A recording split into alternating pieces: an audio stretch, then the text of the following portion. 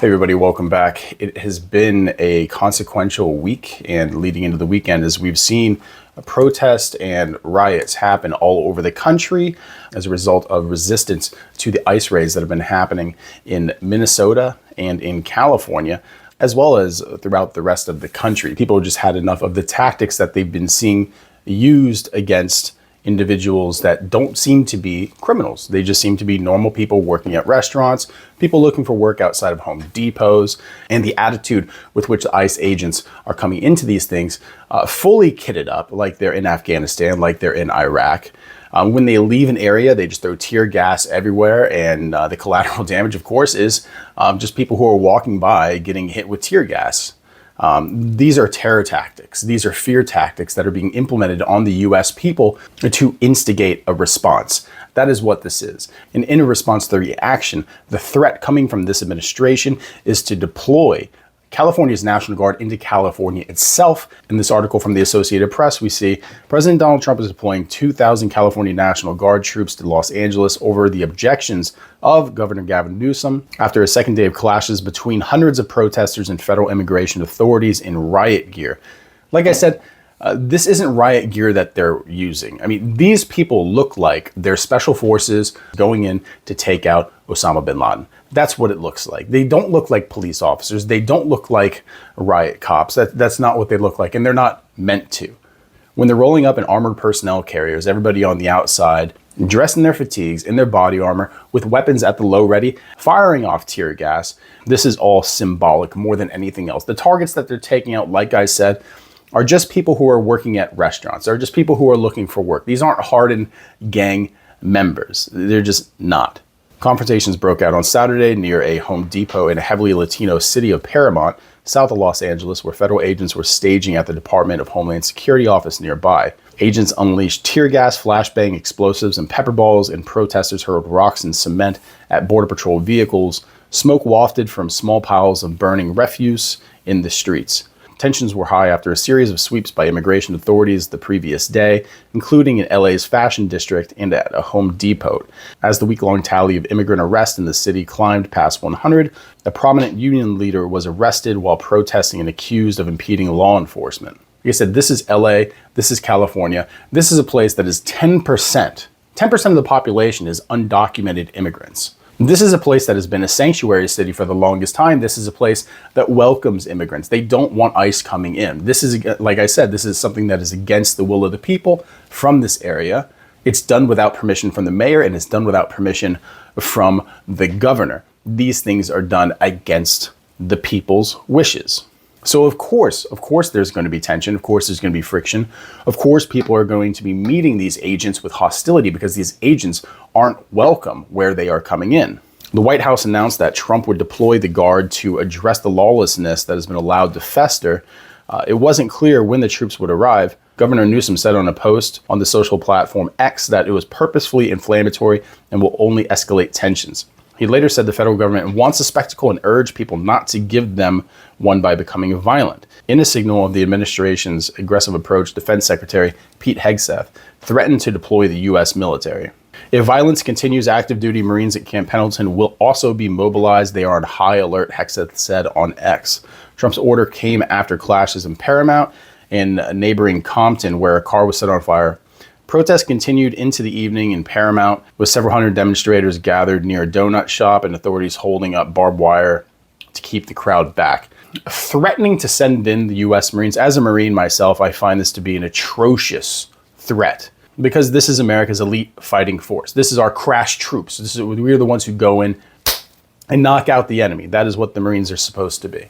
What they're not supposed to be is a police force meant to take out Americans who have the right to protest. And again, these protests and riots are the result of aggressive actions against community who do not wish them to be there. And I'm not talking about the undocumented migrants. I'm just talking about normal, regular voters. This is a heavily blue district. Like I said, this place, this state essentially is a sanctuary state. Its population is majority of them are Latino. And it is a strategy to escalate this kind of militaristic behavior to even higher, increasingly dangerous level by going in instigating a response, getting the spectacle that you need so that you can frame that through mainstream media to show your base that your actions are righteous, that not just the undocumented migrants, but the Democrats are the enemy. This whole thing is done strategically. This isn't just ICE decided to roll up one day and take out some people at Home Depot. No, this was planned. This entire thing was planned.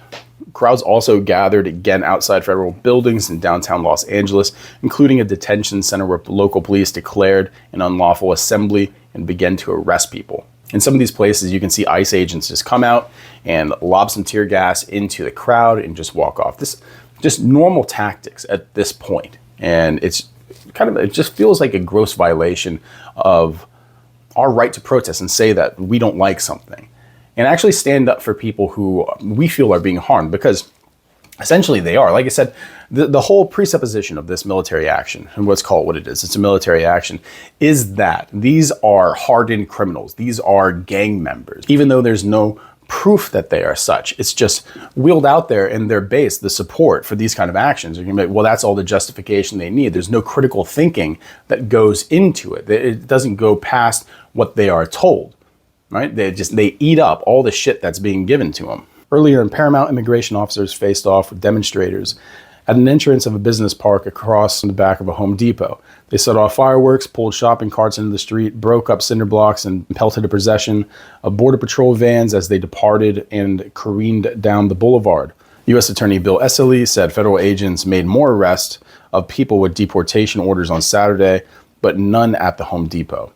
The Department of Homeland Security has a building next door, and agents were staging there as they prepared to carry out operations, he said on Fox 11 Los Angeles.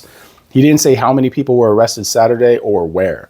Paramount Mayor Peggy Lemons told multiple news outlets that community members showed up in response because people are fearful about activity by immigration agents. When you handle things the way that this appears to be handled, it's not a surprise that chaos would follow, Lemons said. Some demonstrators jeered at officers while recording the events on smartphones. ICE at a Paramount. We see you for what you are. A woman said through a megaphone, you are not welcome here.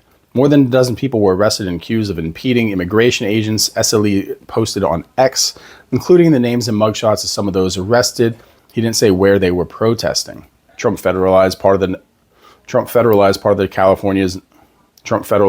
California's National Guard under what is known as Title 10 authority, which places him, not the governor, atop the chain of command, according to Newsom's office. White House Press Secretary Caroline Leavitt said in a statement that the work the immigration authorities were doing when met with protests is essential to halting and reversing the invasion of illegal criminals in the United States. In the wake of the violence, California's feckless Democrat leaders have completely abdicated their responsibility to protect their citizens. Like I said, there's a large amount of hypocrisy that comes with this, because one of the key aspects of conservative ideology is that states have the right to determine their own futures, that they shouldn't be oppressed by federalism, by federal authority. And California has its own way of thinking when it comes to migrants. In many cases, California considers migrants essentially to be citizens. And whether you agree with that or not, it's the state's prerogative to do that. And the word protect citizens is being used in a very vague way, because what are you protecting them from? Yes, California has a lot of crime. Any area with a high population is going to have a lot of crime. And California is no different. You have them in every city, whether blue or red, across the United States. But at a moment like we are in America right now, where the tensions regarding immigration are as high as they are, to crash in a military-style assault and start blackbagging a bunch of restaurant workers and Home Depot laborers, throwing them into vans, and tear gassing anyone who's watching, yeah, guess what? That's going to instigate a reaction. And like we said, it's done on purpose to justify further military action.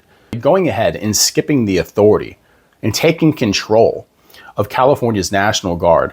The National Guard is supposed to fall to state authority. This is a complete overreach by this administration and the justification it created on its own.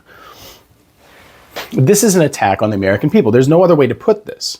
This is in all reality an invasion of the state of California by the United States government. I don't think there's any other way to really look at this point, because these actions go to ignore the authority and sovereignty of the state itself, and that sovereignty is supposed to be held as sacred and paramount by the conservatives, by the GOP. But I guess none of that matters when you're on the other side of the political aisle.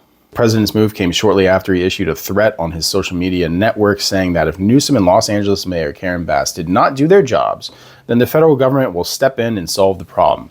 Rioters and looters, the way it should be solved. Trump signed the order shortly before he went to attend the UFC fight in New Jersey, where he sat ringside with boxing legend Mike Tyson. Newsom said in his statement that local authorities are able to access law enforcement assistance at a moment's notice, and there is currently no unmet need. California Highway Patrol said Newsom directed it to deploy additional officers to maintain public safety. Speaking on ABC 7, Bass said that we certainly want to make the opportunities available for people to exercise their First Amendment right. But the minute that turns to violence, that is not acceptable, and the people are going to be held accountable. She said she had spoken with members of the Trump administration and insisted that she and Newsom were in control and there were no need for the National Guard to be deployed. In 2020, Trump asked governors of several states to deploy their National Guard troops to Washington, D.C. to quell protests after George Floyd was killed by Minneapolis police. Many agreed and sent troops. People also threatened at the time to invoke the Insurrection Act for those protests, an intervention rarely seen in modern American history, but then Defense Secretary Mark Esper pushed back, saying the law should be invoked only in the most urgent and dire of situations. Trump did not invoke the act during his first term. He did not do so on Saturday, according to Leavitt and Newsom. Protests kicked off a day earlier in Los Angeles after federal authorities arrested 44 people for violating immigration law on Friday. DHS later said recent ICE operations in Los Angeles resulted in the arrest of 118 immigrants, including 5 people linked to criminal organizations and people with prior criminal histories. It's not even 5%. It's 95% of the people that are arrested aren't these hardened criminals, like we're told that they are. David Huerta, regional president of the Service Employees International Union, was also arrested Friday while protesting.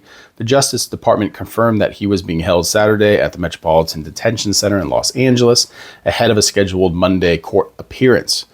Democratic Senate Minority Leader Chuck Schumer called for his immediate release, warning of a disturbing pattern of arresting and detaining American citizens for exercising their rights of free speech. There are videos of these arrests that have been happening all over the internet right now, and they are causing a reaction all over the world. The severity of the raids that have been happening, the military style, the crash and grab style raids that have been happening against not just foreign citizens, but dual citizens and even citizens born in the United States. We're currently here in Nashville, and from what I'm hearing, there was a raid done here in Nashville the other week, and an 80-year-old veteran who was born in America but was a dual citizen of Canada was taken by DHS and ICE. It goes beyond the narrative that it's the hardened criminal that's being targeted, that the reason we're having all these raids by ICE, this aggressive approach to immigration that goes beyond just securing the border. All of this is being done to instill a culture of fear when it comes to immigration in America. On one side, it's being used to lionize immigration enforcement, saying that these people are the enemy, they are all criminals, by lumping them in where it's 95% people who are just benign immigrants, with 5% who are hardened criminals, and saying, well, they're all criminals, they're all the same. It says to the American people that all these people are criminals, all these people should be gone. And a lot of these communities that these people live in want these people to be there. You know, it's more than just the services they provide, because a big part of the narrative is that immigrants are taking jobs, but that's not what's causing low wages. Office workers and white collar jobs are paying record lows, right? It's not illegal immigrants that are taking office jobs, but it's a deception, of course. It's a way of shifting blame away from those who are actually responsible for the conditions, the decline in standard of living, the increases in prices, the effects of the tariffs, all these things, a way of distracting the American people and pushing blame onto the population of immigrants who really are doing nothing more than working labor jobs for much lower rates than Americans will or want to. Yes, there's a lot of jobs out there that Americans could take, but they're not taking them because the wages are low. And the vast majority of those low-paying jobs are in industries that really don't employ illegal immigrants. So like I said, it's just one thing has nothing to do with the other, but it's a strategy that's being used to lionize the support base and galvanize them to push a cause and push a policy that really is of no benefit to them. It just creates more division in this country and takes more power away from the people by scattering any kind of solidarity that we have here. The fact is, it's going to get a lot worse than it is right now, and more than likely it's because it needs to. These kind of, on one side, the only way to actually get rid of this many illegal immigrants is to create enough fear that those people who are thinking about coming in won't come in, and those who are here will leave by choice.